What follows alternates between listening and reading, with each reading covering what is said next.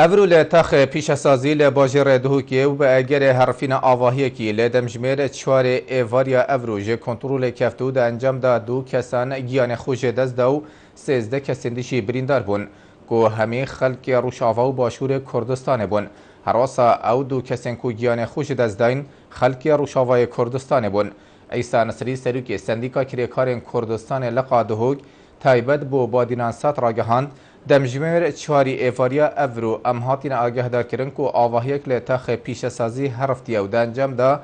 دو کریکارنگیان خوش دست دایا. هر واسا نافبریا و چندشی دیار کرد که ما چندین جاران دا خاص کریا که لیجنه که دیفچونه لسروان آواهیان بهتا کرن وکو پشت راستیه که پاشن کارته دا بهتا کرن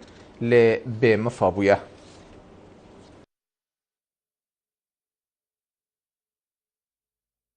والله ساعت 4 مدينة قدر كرن قلت يا وهي كي دي سوا كي قال جاران يا هرفتي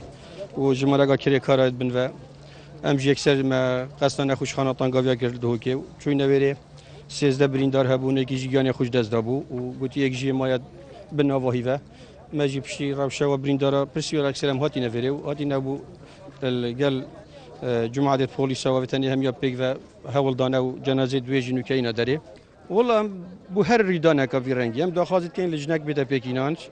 اندازیار و تایبت مندا و اگر این کتنا و نواهی دیار بکن و او کسی که مقصر جی اجراعات بینوال گرتن دا اف ریدانه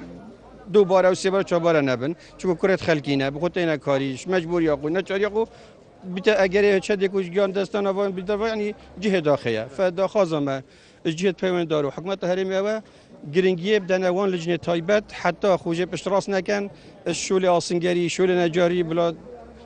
صابه نهته کرن